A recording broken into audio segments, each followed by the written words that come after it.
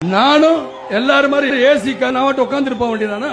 நான் நடிச்சுட்டு போறேன், முதல்ல சம்பளம் கூட வாங்கிருக்கலாம், குறைச்சு வாங்கிட்டு போறேன். ஆக பணம் பணம் தானே, அதை வாங்கிட்டு நான் உட்கார்ந்து இருக்கலாமே.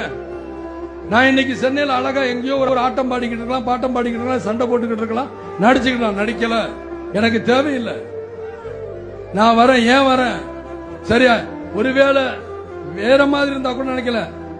ஆண்டவன் மனத்துல பாத்தீங்கன்னா எனக்கு 2 ஆம்பளை பேல, அவன் எதையோ சம்பாரிச்சுக்கிறான், எப்படியோ போட.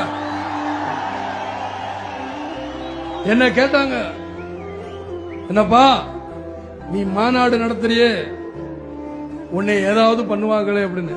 என்ன மிஞ்சி மிஞ்சி என்ன சார், வருமானத்துறையில தானே பயமுறுத்த முடியும், வேற எதுலையும் என்னை பயமுறுத்த முடியாது.